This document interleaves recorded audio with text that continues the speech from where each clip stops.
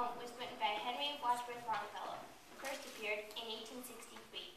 Its story unfolds on the night of April 18, 1775, when silversmith Paul Revere and other Revolutionary heroes carried the warning to Lexington and Concord that the British were about to attack to destroy stockpiles of arms supposedly hidden there.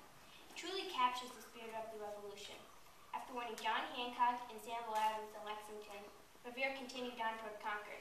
Revere himself never made it to Concord because he was detained by British troops on the way. A companion escaped, however, and carried the news that the British are coming the rest of the way. Listen, my children, and you shall hear of the midnight ride of Paul Revere. On the 18th of April in 75, hardly a man is now alive who remembers that famous day near. He said to his friend, if the British marched by land or sea from the town tonight, hang a lantern aloft the belfry arch of the North Church Tower as a signal light. One if by land and two if by sea, and I on the opposite shore will be, ready to ride and sound the alarm through every Middlesex village and farm, for the country folk to be up and to arm. Then he said good night, and with a muffled door, silently rowed to the Charlestown shore, just as the moon rose over the bay, where swinging wide at her moorings lay the Somerset British man of war, a phantom ship with each mast and spar, across the moon like a prison bar, a huge black hulk that was magnified by its own reflection in the tide. Meanwhile, his friend through alley and street wanders and watches with eager ears, till in the silence around him he hears the muster of men at the barrack doors, the sound of arms and the tramp of feet, and the measured tread of the grenadiers marching down to their boats on the shore. Then he climbed the tower of the old North Church by the wooden stairs with stealthy tread, to the belfry chamber overhead, and startled the pigeons from their perch on the somber rafters that round him made masses of moving shapes of shade. By the trembling ladder, steep and tall, to the highest window in the wall, where he paused to listen and look down a moment on the roofs of the town, and the moonlight flowing over all. Beneath in the churchyard lay the dead, in their night encampment on the hill, wrapped in silence so deep and still that he could hear, like a sentinel's tread, the watchful night wind as it went, creeping along from tent to tent, and seeming to whisper, all is well. A moment only he feels the spell of the place and the hour, and the secret dread of the lonely belfry and the dead. For suddenly all his thoughts are bent on a shadowy something far away, where the river widens to meet the bay, a line of black that bends and floats on the rising tide like a bridge of boats. Meanwhile, impatient to mount and ride, booted and spurred with a heavy stride, on the opposite shore walked Paul Revere.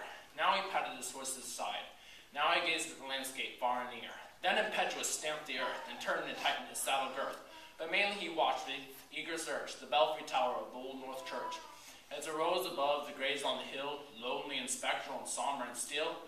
And lo, as he looks on the belfry's height, a glimmer and then a gleam of light. He springs to the saddle, the bridle he turns, but lingers and gazes, still full on his sight, a second lamp in the belfry burns. A hurry of hooves in a village street, a shape in the moonlight, a bulk in the dark, and beneath from the pebbles in passing a spark, struck out by a steed flying fearless and fleet. That was all, and yet through the gloom and the light, the fate of a nation was riding that night, and the spark struck out by that steed in his flight kindled the land into flame with its heat. He has left the village and mounted the steep, and beneath him, tranquil and broad and deep, is the mystic meeting the ocean tides, and beneath the alders that skirt its edge, now soft on the sand, now loud on the ledge, is heard the tramp of his steed as he rides. It was 12 by the village clock when he crossed the bridge into Medford town. He heard the crowing of the cock and the barking of the farmer's dog, and felt the damp from the river fog that rises after the sun goes down. It was 1 by the village clock when he galloped into Lexington. He saw the gilded weathercock swim in the moonlight as he passed, and the meeting-house windows, black and bare, gaze at him with a spectral glare, as if they already stood aghast at the bloody work they would look upon. It was 2 by the village clock when he came to the bridge in Concord town. He heard the bleating of the flock and the twitter of birds among the trees, and felt the breath of the morning breeze blowing over the meadow brown. But one was safe, asleep in his bed, who at the bridge would be first to fall, who that day would be lying dead, pierced by a British musket ball. You know the rest, and the butcher of red, how the British regulars fired and bled, how the farmers gave them ball for ball from behind each fence and farmyard wall, chasing the redcoats down the lane, then crossing the fields to emerge again, under the trees at the turn of the road, and only pausing to fire and load. So through the night rode Paul Revere, and so through the night went his cry of alarm, to every Middlesex village and farm, a cry of defiance and not of fear, a voice in the darkness, a knock at the door, and a word that shall echo forevermore. For born on the night wind of the past, through all our history to the last, In the hour of darkness and peril and need, people awaken and listen to hear the hurrying hoofbeats of that steed and the midnight message of Paul Revere.